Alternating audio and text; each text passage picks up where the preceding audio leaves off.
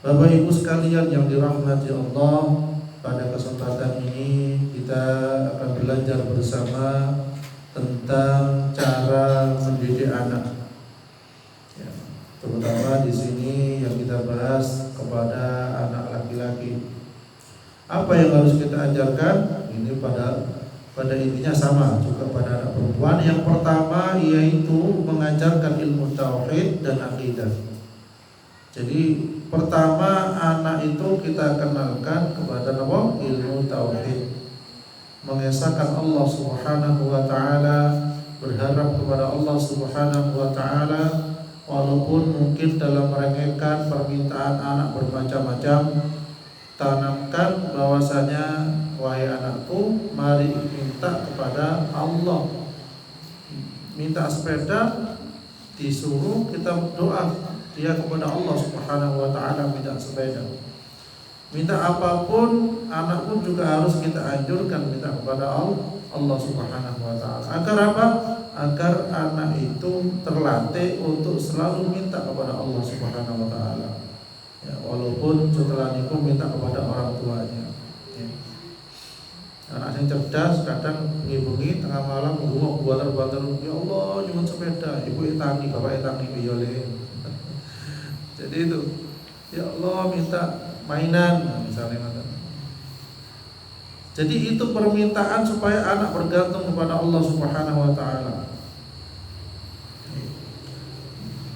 Ini salah satu juga yang diajarkan oleh Rasulullah sallallahu alaihi wasallam. Jadi minta kepada Allah Subhanahu wa taala. Tanpa akidah. Jangan minta kepada kuburan, tidak boleh minta kepada pohon, apalagi permintaan kepada manusia yang dalam artian permintaan yang mengandung kesyirikan. Minta ke dukun, yang minta ke laut, ya. Nah itu tidak diperbolehkan. Dijelaskan dari Ibnu Abbas, Rasulullah sallallahu alaihi wasallam bersabda, bukalah lidah anak-anak kalian pertama kali dengan kalimat La ilaha illallah. Dan juga saat meninggal dunia pun juga dibacakan nama La ilaha illallah. Sesungguhnya barang siapa awal dan akhir pembicaraannya La ilaha illallah, kemudian ia hidup selama 1000 tahun, maka dosa apapun tidak akan ditanyakan kepadanya.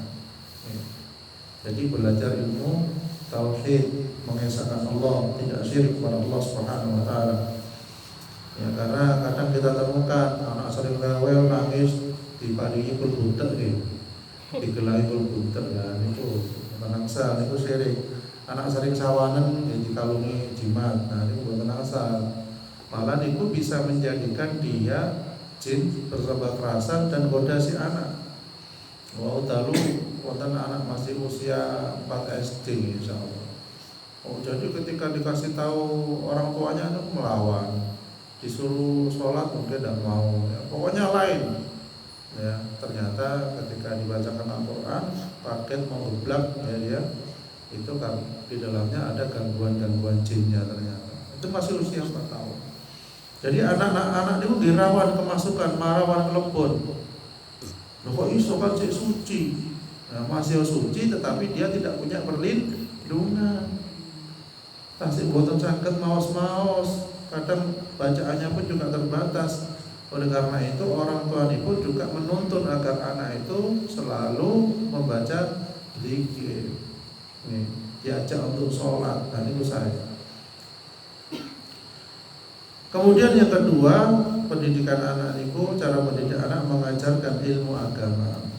Jadi ilmu agama ini sebenarnya bukan sampingan tapi utama. Karena kita nanti kelak akan dibangkitkan pun juga berbekal ilmu agama. Jangan dipun apa? Membiasakan anak membaca doa sebelum dan sesudah melakukan sesuatu. Sebelum tidur dan bangun tidur. Nah, itu penting. Mau kejeding kita ajari doa. Mau makan kita ajari doa. Ketika dia makan dengan tangan kiri, kita nasihati makan dengan tangan kanan. Bukan makan dengan tangan baik. Kan wonten tangan baik, wonten tangan jelek nggih. Sajane boten jelek nopo tangan kiri. Ya, disebutkan mawon kanan dan kiri. Ya. Kita sanjangi. Ya. Makan Rasulullah itu makan dengan tangan kanan. Ya, setan itu makan dengan tangan kiri. Ya, ngoten. Ya. Kita bilang tangan jelek tangan kiri ya berarti khawatir tangan kiri jelek tenanan makin. Kemudian mengajarkan doa-doa harian yang penting ya. Mengenalkan sosok Nabi dan Rasul dan meneladani sikapnya dalam kehidupan sehari-hari ya. Jadi wonten kisah Nabi dan Rasul itu satu buku tebal ya. Pernah di pengajian itu ditawarkan harganya pada waktu itu kurang lebih 5 tahun 6 tahun yang lalu 4 jutaan ya, isinya tentang kisah-kisah Nabi ya, mahal, pasti mahal tapi untuk agar anak masuk surga ya termasuk lumayan ya. Jadi macam tapi kita sakit karena ini HP kadang ya. Kita arahkan nonton itu tentang kisah Nabi. Kok secara muncul Tom and Jerry lah nonton itu. Ibu delok kisah kok lucu ya Leo. Ngewangi. Ya.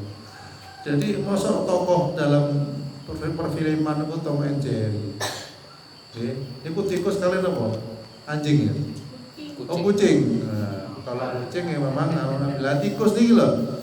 Tikus itu oleh Nabi itu disuruh bunuh, ketika ketemu suruh bunuh, bukan dijadikan artis tikus itu. Lah Tom and Jerry jadikan artis. Bocing kalah terus ke tikus gitu. Cilik mengitik, mentutan meneh. Nah itu salah satu cara pengerusakan orang-orang kafir terhadap anak-anak muslim, ya. Jadi tikus yang harusnya oleh Rasulullah suruh bunuh malah jadikan artis terkenal. Tom and Jerry terkenal ke zaman seniin sampai saat ini masih menjadi favorit, lucu-lucuan. Dan situ mau geli masih situ yo saat ini. Kemudian selanjutnya mengajari membaca Al-Quran dan mengimaninya yang jelas. Jadi Al-Quran itu menjadi bacaan yang utama ya. Jadi ketika kita mengajar anak kita baca Al-Quran, yang sebaik pun juga bacaan Al-Quran ya. Sebatas menjadi contoh bagi mereka bacaan Al-Quran kita. Kemudian juga mengenalkan anak pada rukun iman dan rukun Islam. Ya, rukun iman ada berapa, rukun Islam ada berapa. Gila buat sakit, buat dengan tinggali buku male, oh sampai dites, nah sakit itu. Itu bukan perbuatan yang sia-sia dan tidak memakan waktu, tapi panjenengan itu merupakan bentuk pahala. Ngajari anak rukun Islam, rukun iman itu pahala gitu.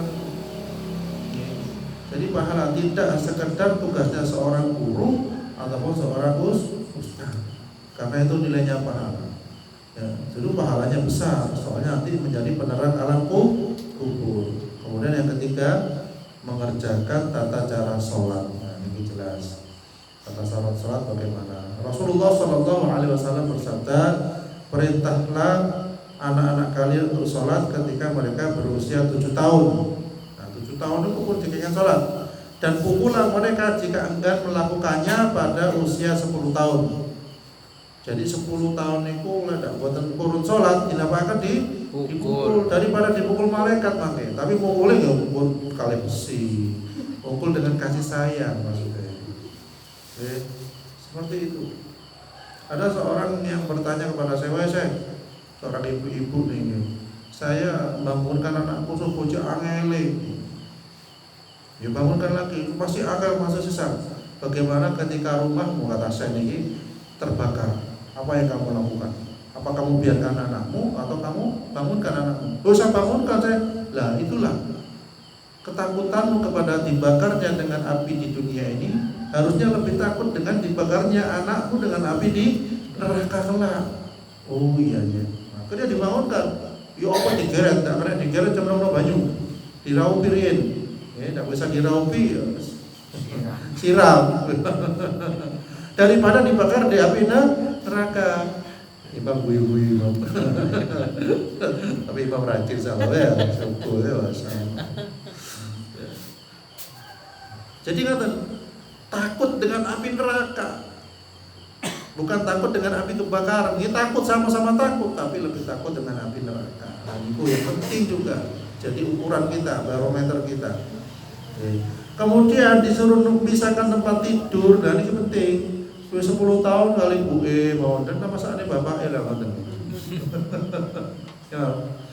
Jadi kalau sudah 10 tahun tidurnya terpisah. Dan ternyata banyak manfaatnya, anak bisa mandiri, bisa menata diri sendiri, menata kamarnya, bersih-bersih kamarnya. Tapi kadang saya buatan teko atau bapaknya bisa buat teko, nah kena turu dewian, tapi harus ditekad-tekadkan sebatas anak terlatih. Kalau buatan kadang buatan sampai SMA saya panjat dibarengi mawon. Iya saya itu nih bu. Saya kuliah karena saya berulang lah ya teman-teman. Walaupun itu bentukan saya sekali-kali, tetapi tidak menjadi kebiasaan. Karena Rasulullah mengajarkan untuk dipisah ketika 10 tahun. Kemudian yang keempat mengajarkan ibadah puasa. Jelas ya. Biasanya kita ajari puasa betul. Diriwayatkan dari Ar-Rubai bintu Muawid, salah satu perempuan solehah sahabat Rasul, ia berkata, kami menyuruh puasa anak-anak kami buatkan untuk mereka mainan dari perca. Jika mereka menangis karena lapar, kami berikan mainan itu kepadanya hingga tiba waktu berbuka. Jadi buat teman-teman apa? Ketika menunggu sambil berbuka, memberikan mainan pada anak, mainan yang mendidik, ya, bukan mainan yang menjadikan syirik. Kemudian yang kelima, mengajarkan anak untuk menjadi pemimpin, terutama laki-laki. Jadi tugasnya ketika mendidik anak laki-laki itu menjadi pemimpin, terutama anak laki-laki mungkin punya adik perempuan, ya. Nah, itu lindungi adik mulai dari bahaya, dari apapun. Jadi mengajari anak laki-laki jadi pemimpin. Caranya bagaimana? Nah, kita tugasi kalau sudah malam hari, tolong periksa pagar rumah, periksa lampu, periksa air dan sebagainya. Kalau sudah selesai tutup semua dan tidur. Nah itu ngajari anak laki-laki menjadi apa? Pemimpin. Ya, dia bisa membaca situasi rumah itu sudah aman apa belum, pintunya terkunci apa enggak. Nah, itu penting walaupun sederhana. Coba cek kendaraan sudah dikunci betul apa belum, mobil dicek. Nah, itu mengajari anak laki-laki. Beda dengan anak perempuan, mungkin panjenengan ngajari masak, goreng tempe, goreng telur dan sebagainya. Walaupun anak laki-laki tidak dilarang goreng telur, tapi jangan menjadi dominan.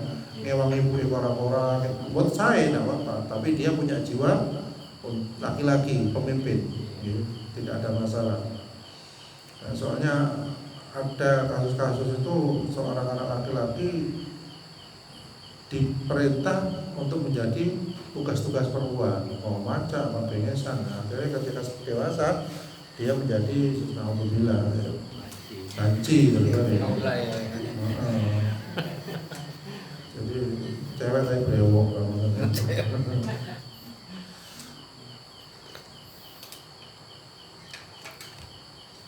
Kemudian yang keenam, bertanggung jawab dan mandiri. Ini penting, walaupun sepele ini penting. Ketika memecahkan sesuatu, kita anjurkan untuk membersihkannya. Kemudian yang ketujuh, mengajarkan akhlak mulia dan berbakti pada orang tua. Ini penting. Dalam surah Luqman dikatakan,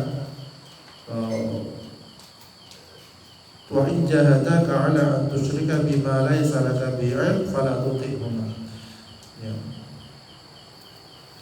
Jika anak-anakmu jika orang tuamu menyuruh kamu untuk syirik kepada Allah, maka tolaklah. Tetapi wasahibhuma fid dunya ma'rufa. Tapi disuruh berbuat baik ya kepada kedua orang tua itu.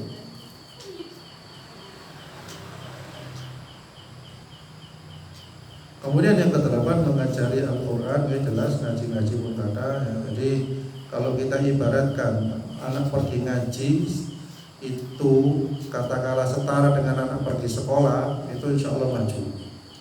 Maksudnya ngeten, le anak pergi sekolah, anak masuk sekolah kita mangkel. Tapi le anak pergi ngaji kita biasa-biasa saja. Jadi kuali. Gini betul. Walaupun sama menuntut ilmu, tapi ilmu agama itu yang utama dan fondasi agar anak itu menganggap penting nilainya ngaji. Walaupun tidak salah ketika anak itu menganggap penting nilainya sekolah. Jadi sama-sama sejalan. Udah ngaji gak apa-apa cuma kadang non sewu rata-rata ngaji saat itu wis mari SD pun lulus SMP bubar. Nah itu sebenarnya salah. SMP itu aktif anak gitu. Kreatif sejak karuan dan naik cekel kan ibaratnya wedhus ditaleni karena si ucul. Justru pada usia SMP itu harus tetap ngajinya ditambah. SMP-nya pun harus ditambah. Kalau bisa dikhususkan atau bisa diajak ke majelis taklim. Alhamdulillah masih istiqomah insyaallah ya masih terus ikut nanti mondok lagi. Siap berangkat ya. Alhamdulillah. Kita berangkat ya. Jangan Masya Allah. selesaikan dulu SD. Ya, alhamdulillah. Bagus. Ya, kemudian yang ke-9, ajari anak rasa bersyukur dan itu penting. Panjenengan kita ketika makan bersama anak-anak, lauk tahu tempe, ucapkan alhamdulillah. Dibarengi deli alhamdulillah. Agar nilai anak itu melihat orang tuanya itu pandai bersyukur. Dan dia pun insya Allah akan menerapkan menjadi anak yang pandai bersyukur.